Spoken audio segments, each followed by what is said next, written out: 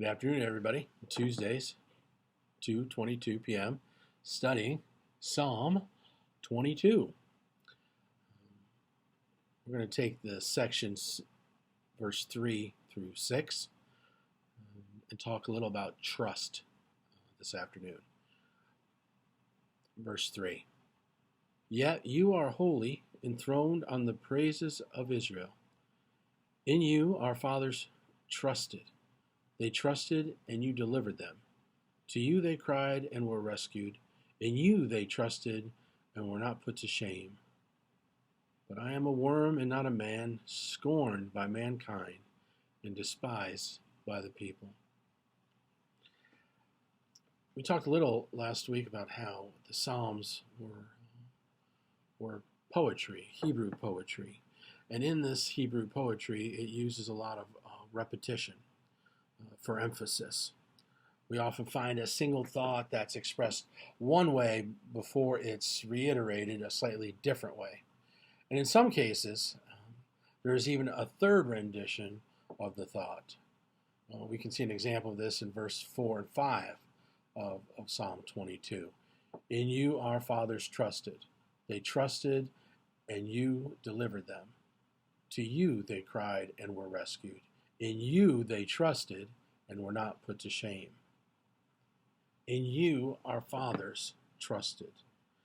It's a statement of fact. By the time David wrote this psalm, around 1000 BC, he had over 1,000 years of Israelite history to draw from. By the time Jesus prayed this psalm on the cross, he could add on another millennium of history from David forward. And when we read it today, we can see another 2,000 plus years from the time of Jesus. In other words, when we read these words from Psalm 22 today, they carry 4,000 years of spiritual weight with them. Think about that. 4,000 years. And the pattern for all 4,000 years has been the same. It is repeated 3 times in these 2 verses that I read. They trusted, and you delivered. They cried and were rescued. They trusted and were not put to shame. That's poetry, and it's beautiful. But it's not just beautiful poetry. It's a summary of statements that represent the way God has been real in the lives of his people. All those who are saints, sinners, those who suffered throughout all of history. And any one of us can say the same thing about our life and our story. When we get in trouble, or when we despair, when we're in difficult circumstances, we cry out to God. We call upon God. We reach out in prayer or in desperation. And God delivers us. God delivers us. Now, this doesn't mean that everything always works out. Doesn't mean that it works out for our immediate benefit or according to our plans, right? No one can say that everything that's happened in life has been easy. We probably feel that especially during these last 12 months of the pandemic.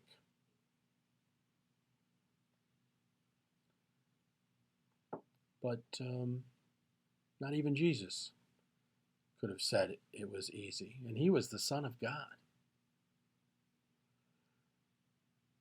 Life being easy has nothing to do with what it means to be delivered or rescued.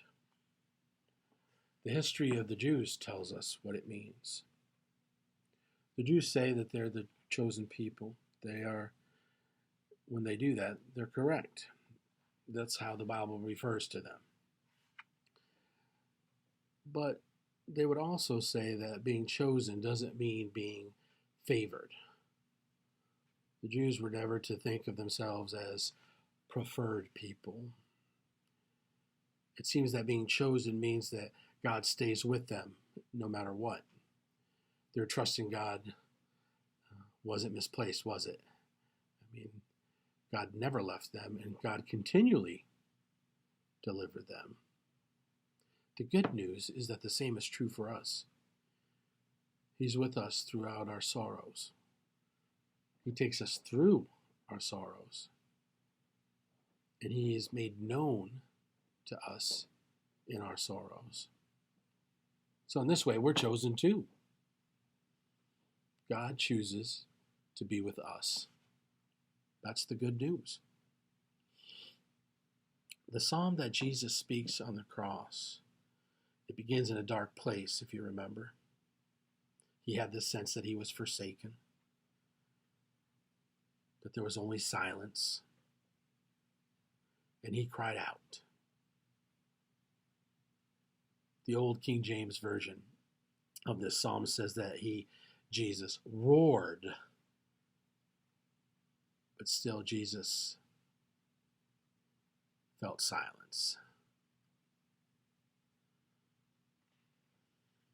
But once he expressed his abandonment and his pain, he chooses to stand on this historic foundation of faith and trust. There's more pain to come. His future seems uncertain. But Jesus knows that God has delivered his people before.